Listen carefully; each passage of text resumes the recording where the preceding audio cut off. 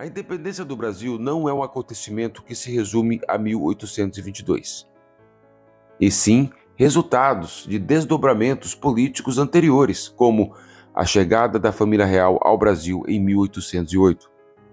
O Brasil da época já tinha uma economia muito mais forte do que a portuguesa. E os grandes comerciantes brasileiros estavam frustrados com Portugal por conta do pacto colonial que impedia que eles comercializassem com outros países, além de Portugal. Todavia, esse pacto é finalizado com Dom João VI em 1808, permitindo que os brasileiros comercializassem com outros países. Além do mais, a presença de Dom João VI e da família real no Brasil vai controlar os anseios separatistas que já vinham brotando aqui na colônia. Diante disso tudo, os portugueses vão se incomodar com a promoção do Brasil de colônia para Reino Unido de Portugal, Brasil e Algarves em 1815. Alguns anos mais tarde, em Portugal, vai eclodir uma revolta chamada Revolta do Porto, uma revolta de orientação iluminista. Dentre tantas medidas, estava o retorno de Dom João VI a Portugal. 1821, Dom João VI retorna a Portugal e é pressionado pelos políticos de lá que o Brasil fosse rebaixado ao antigo status colonial. É claro que isso não vai ser bem recebido pela elite econômica brasileira. Logo, é formado no Brasil alguns movimentos com interesse na independência do Brasil. Os deputados brasileiros, ao perceberem a intenção da corte portuguesa em rebaixar o status do Brasil novamente a um estado de colônia e percebendo que isso afetaria negativamente na liberdade econômica adquirida durante o período joanino, a liberdade administrativa e também o crescimento cultural, foi necessário um movimento dentro do Brasil que rivalizasse com o partido português e que, de alguma forma, unificasse o Brasil, que encontrava-se em certas contradições ou interesses políticos diferentes dentro das várias regiões do Brasil. A região sul e sudeste ela vai fundar até então um grupo que ficou conhecido como Partido Brasileiro, com lideranças tanto dos latifundiários, da parte agrícola e também dos intelectuais, como nomes de grande renome aqui no Brasil, como José Bonifácio.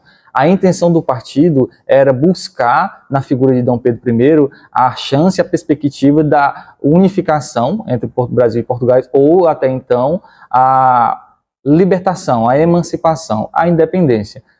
O Partido Brasileiro tem um momento que é de extrema importância para a história do Brasil, que é a coleta de assinaturas para demonstração ao apoio à figura de Dom Pedro I como príncipe regente, que ficou conhecida como o Dia do Fico. Esse documento ele possuía mais de 8.000 assinaturas e que consolidava, então, essa unificação das elites agrárias, da elite econômica e também mesmo da elite política, que tinham suas divergências, mas naquele momento entendiam a necessidade de deixar seus interesses de lado particulares e colocar em primeiro plano o interesse da nação. E observando que a chance desse plano dar certo era unificando tanto o poder econômico, político e cultural na figura do maior líder político possível no momento e que poderia resgatar esse sentimento de nacionalidade, Dom Pedro I. A independência do Brasil foi proclamada no dia 7 de setembro de 1822. Conta a tradição que Dom Pedro, às margens do rio Ipiranga, proclamou a seguinte frase: independência ou morte. Entretanto, 6 meses antes, houve um episódio que deixou marcado a história do Brasil. É o que chamamos de o Dia do Fico. Após a insistência das cortes portuguesas para o retorno de Dom Pedro a Portugal, no dia 9 de janeiro de 1822, foi entregue ao príncipe regente uma carta contendo 8.000 assinaturas solicitando a Dom Pedro que não abandonasse o território brasileiro. Cedendo às pressões, Dom Pedro responde: se é para o bem de todos e felicidade geral da nação, estou pronto, diga ao povo que fico. O dia do fico era mais um passo para a independência do Brasil. Todavia, esse não era o último acontecimento. Por trás da história contada sobre Dom Pedro, havia uma importante figura, uma figura que iria assumir um protagonismo político e decisivo na história. Dona Leopoldina. Dona Leopoldina foi uma peça-chave no processo de independência do Brasil. Ela era uma pessoa que tinha um conhecimento político muito grande. Alguns historiadores afirmam que ela era o lado racional de Dom Pedro. É muito comum a gente ouvir falar de Dona Leopoldina como uma mulher mais frágil, uma mulher que teve um casamento não muito sucedido, mas os relatos historiográficos mostram ao contrário. Mostram uma mulher que desde a sua infância foi muito bem educada, uma mulher que teve conhecimento político desde criança, estudos de matemática e que era uma mulher à frente do seu tempo. Sendo uma mulher à frente do seu tempo, desde quando chegou no Brasil, ela começou a amar esse país. Ela estudava sobre o país, ela era a favor de uma monarquia brasileira, então ela logo se mostrou favorável à independência do país.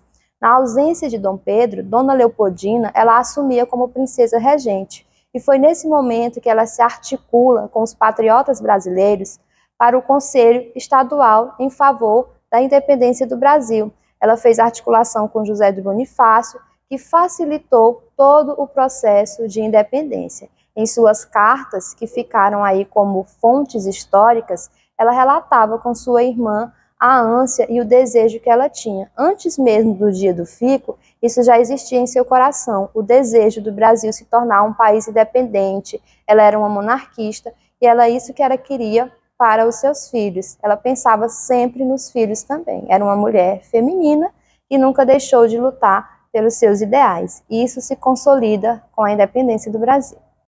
Com relação ao processo de independência, alguns historiadores afirmam que pouco tempo antes, Dona Leopoldina envia uma carta para Dom Pedro, assinalando que esse era o momento mais adequado. Ela usa a expressão, o pomo está pronto para ser colhido. O pomo, na qual Dona Leopoldina se referia, era um fruto. Naquele momento, o fruto que ele deveria colher era a independência. Entende-se que era o momento mais adequado. Ouvindo a sua esposa, a independência acontece. A independência do Brasil foi um dos capítulos mais importantes de nossa história. Por muitos e muitos anos, filmes, séries, novelas têm retratado importantes figuras de nossa história como personagens folclóricos, como uma rainha louca, um príncipe regente medroso e a independência sendo proclamada por Dom Pedro I, um personagem adúltero e boêmio. Estas velhas concepções deixam de lado a verdadeira complexidade que foi a independência do Brasil.